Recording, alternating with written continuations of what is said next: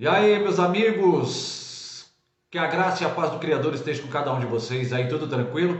Estamos aqui com mais esses vídeos aí em rápidas palavras, um vídeo bastante rápido e bem explicativo aí sobre temas aí que muitas das vezes é de difícil compreensão dos nossos amigos, dos nossos irmãos aí, que lê as escrituras sagradas e muitas das vezes não entende. Mas antes disso, eu quero falar lá do meu canal no YouTube, tá? PR Carlinhos Oliveira. Entre lá, compartilhe, né? Se inscreva lá no nosso canal, que é um canal bastante interessante, com temas aí bastante relevantes para conhecimento bíblico e histórico, beleza?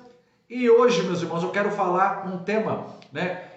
Sobre os últimos serão os primeiros e muitos são chamados, mas poucos serão escolhidos. Então, Jesus, ele teve várias frases ou várias palavras que teve várias dúvidas, que entende até de modo confuso, né? Então é sobre isso que eu quero falar hoje com vocês, trazendo Mateus capítulo 20, versículo 16.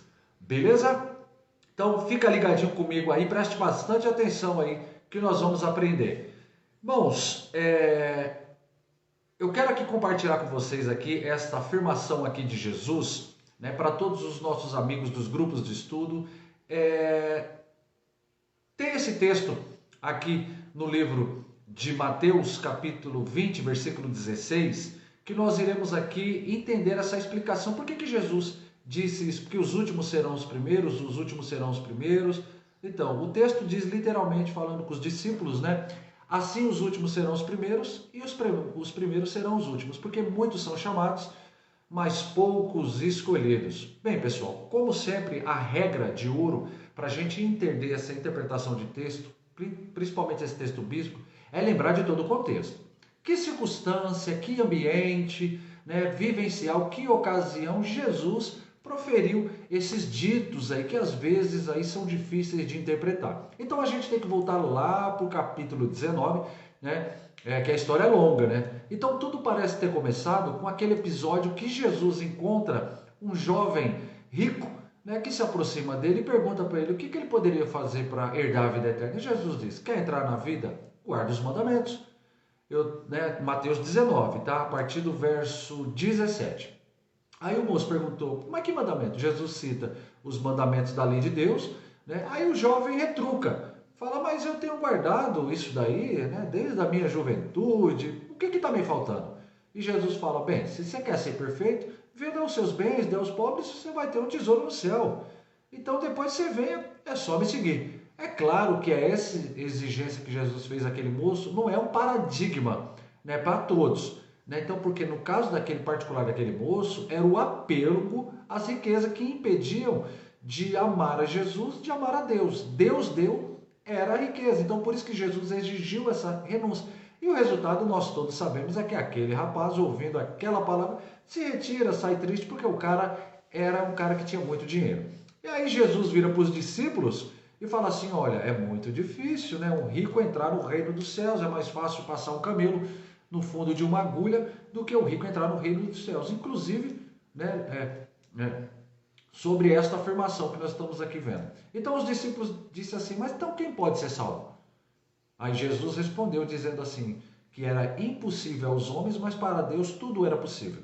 É aí quando Pedro diz assim: mestre, nós deixamos todas as coisas e te seguimos, o que vai ser de nós?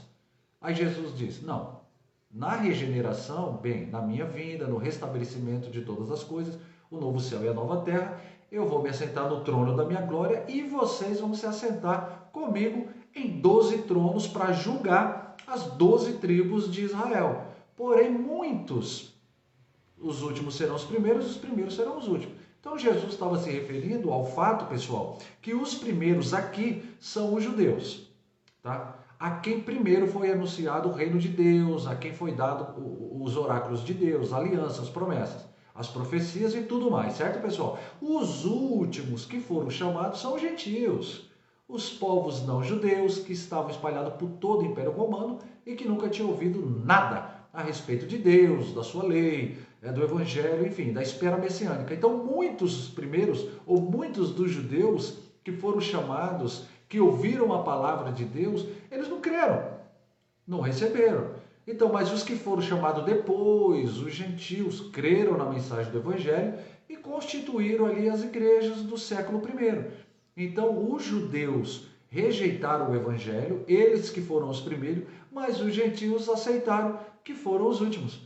Então, Jesus, ele conta uma parábola para ilustrar isso, porque é a parábola dos trabalhadores da vinha. Então, que o reino dos céus é igual um proprietário, um fazendeiro, que vai sair procurando gente diarista ali para trabalhar na fazenda dele, e aí chega lá na praça, onde ficava o pessoal disponível e tal, ele contrata um pessoal logo cedinho e manda para trabalhar na fazenda dele. 3 horas depois ele passa lá de novo, tem mais um pessoal desocupado, ele fala, não, vai lá trabalhar para mim lá na fazenda. Depois, já pertinho do finalzinho do dia, ele sai, procede da mesma maneira. Encontra o pessoal desocupado e fala, por que vocês passaram o dia desocupado? Não, ninguém contratou vocês? Vai lá para minha fazenda. Aí, no fim do dia, ele chama o administrador e fala, gente, vamos acertar as contas com esse pessoal. E manda dar paga para cada um, mesmo salário a todos. Aí o pessoal, que foi contratado 6 horas da manhã, que trabalhou o dia todo, cresceu o olho e falou, pô, mas peraí, eu trabalhei o dia todo, rapaz, vou ganhar a mesma coisa daquele cara que trabalhou ali 2 horinhas, 1 hora. Isso não é justo. Mas como que os caras ficaram revoltados, fazendeiro e tal, falando, mas por que você faz um negócio desse? E a resposta dele foi, amigo, peraí, não estou fazendo injustiça. O que eu combinei com você? Eu estou pagando o que eu combinei com você. Então será que eu não posso fazer o que eu quero, o que é meu? Se eu quiser dar para esse que trabalhou 30 minutos a mesma coisa que eu falei para você, qual que é o problema com isso daí? O tratado não é caro. Então Jesus termina dizendo, assim os últimos serão os primeiros e os primeiros serão os últimos, meu irmão. O que representa essa parábola, galera? Aqueles que são chamados primeiro são os judeus, que desde sempre, mais uma vez, eu falei lá atrás, os judeus receberam primeiro os oráculos de Deus, as promessas, foram os primeiros a ouvir a esperança messiânica, Deus fez uma aliança com os caras, todos aqueles privilégios que Deus deu aos judeus, esses são os primeiros trabalhadores, certo? Mas aí no final do dia, já chegando no final dos tempos, Deus resolveu chamar os gentios. Eu e você, aqueles que nós não éramos judeus, e eles vão entrar no reino dos céus na mesma condição que o judeu entra, que é mediante a fé em Jesus Cristo. Com certeza, galera, haveria judeu que falava, mas peraí, não é justo, nós somos o povo escolhido, nós somos seus queridinhos, a descendência de Abraão, aqueles a quem Deus deu as promessas, com quem Deus tem um pacto. Então agora esses pagãos aí, esses pobres gentios aí, ignorantes, bárbaros, idólatras, eles estão entrando no reino de Deus na mesma condição que nós estamos entrando. Ah, tá de brincadeira. Então Deus não está fazendo de brincadeira, distinção entre nós e eles. E Deus não faz mesmo distinção entre judeus e gentios. Todos pecados carecem da glória de Deus e somos justificados gratuitamente pela sua menção em Cristo Jesus. Então a justificação é igual para judeus e para gentios, os primeiros e os últimos. E então é isso daí, galera, que Jesus quis dizer. Então essa expressão, muitos são chamados, mas poucos são escolhidos, ela tem que ser vista em todo esse contexto, tá? Deus chamou muito através do Evangelho. Ele chamou judeus, ele chamou os descendentes de Abraão, mas os escolhidos, ou aquele que dentre estes foram chamados e que reagiram positivamente ao chamado, eles são relativamente poucos. Então aqui você tem que fazer uma distinção entre 2 chamados.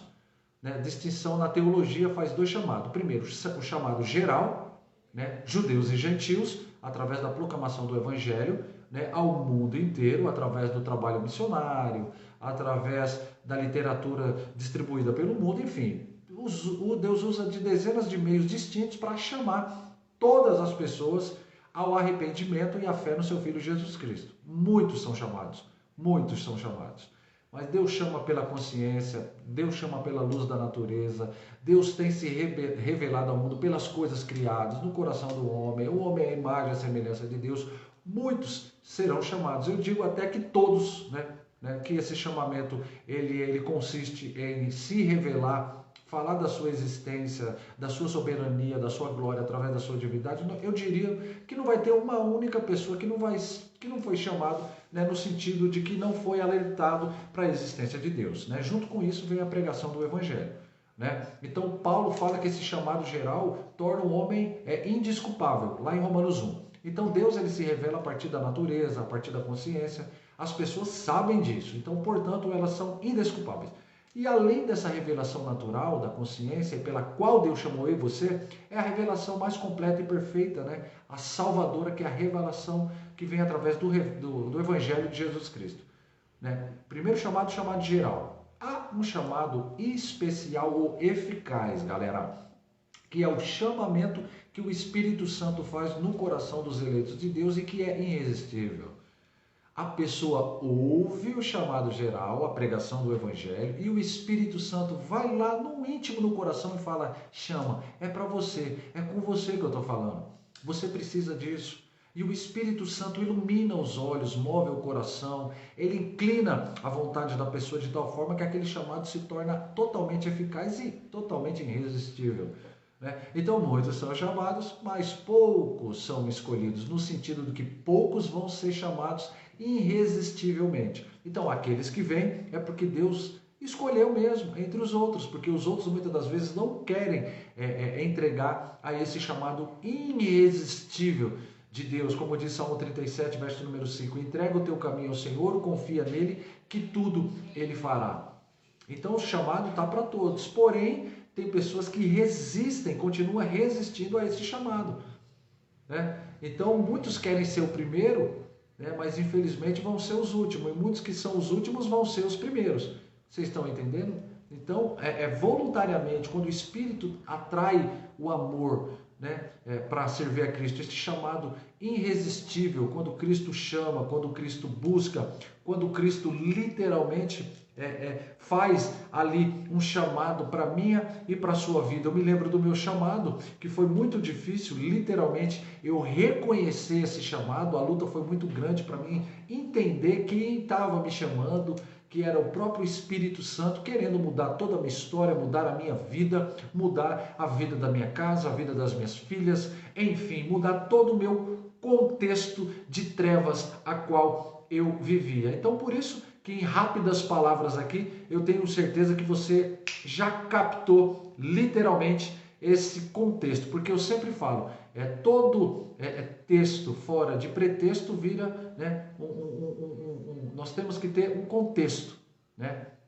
Temos que ter literalmente. Então toda frase fora do seu contexto, ele vira um pretexto. É isso que eu queria falar aqui. Então, irmãos, em rápidas palavras, hoje nós aprendemos que os últimos serão os primeiros e os primeiros serão os últimos. Beleza?